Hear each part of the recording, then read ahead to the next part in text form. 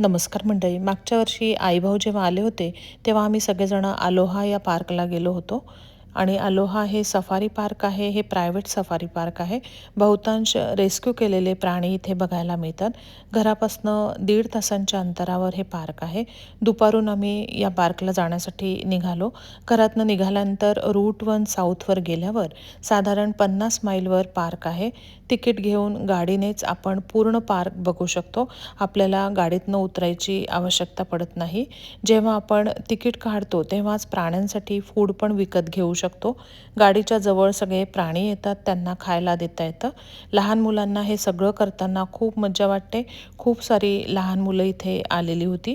इथे झेब्रा, हरणं, उंट, पांडा, बायसन, शहामृग, लामा, कांगारू, नीलगाय, बारशिंग, गाढव असे अनेक प्राणी दिसले. आणि हे जे प्राणी आहेत हे मोठ्या अशा मोकळ्या परिसरात फिरत होते. ऊन असल्यामुळे काही काही प्राणी सावलीमध्ये बसलेले होते.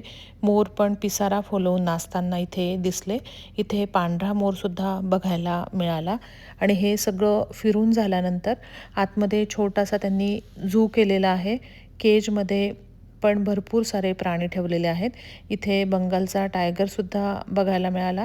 वेगवेगळ्या जातींची माकडं इथे होती. अस्वल, जिराफ, विविध असे पक्षीसुद्धा होते. आणि विविध असे मोठे मोठे सापसुद्धा इथे होते. मोठी मोठी कासवं पण होती. आणि ह्या झूमध्ये केजमध्ये भरपूर सारे प्राणी इथे ठेवलेले आहेत. तसंच छोटे छोटे म्हणजे टायगरचे पिल्लं पण इथे मस्ती करताना दिसले. हा पूर्ण झू फिरण्यासाठी 3 ते 4 तास लागतात. पूर्ण झू फिरल्यानंतर मग आम्ही तिथे आईस्क्रीम खाल्लं. आणि सगळा झू फिरून झाल्यानंतर मग तिथे जवळ असलेल्या स्टारबक्समध्ये आम्ही कॉफी घ्यायला गेलो. हा झू 5पर्यंत असतो. 5 नंतर हा बंद होतो. त्यामुळे हा झू बघायला यायचं असेल तर सकाळी लवकरच निघा किंवा दुपारून निघून म्हणजे लवकर या 5च्या आधी. हा झू खरंच छान आहे. मुलांसाठी तर खूप छान आहे. एकदा तुम्ही या झूला खरंच व्हिजिट करू शकता. धन्यवाद.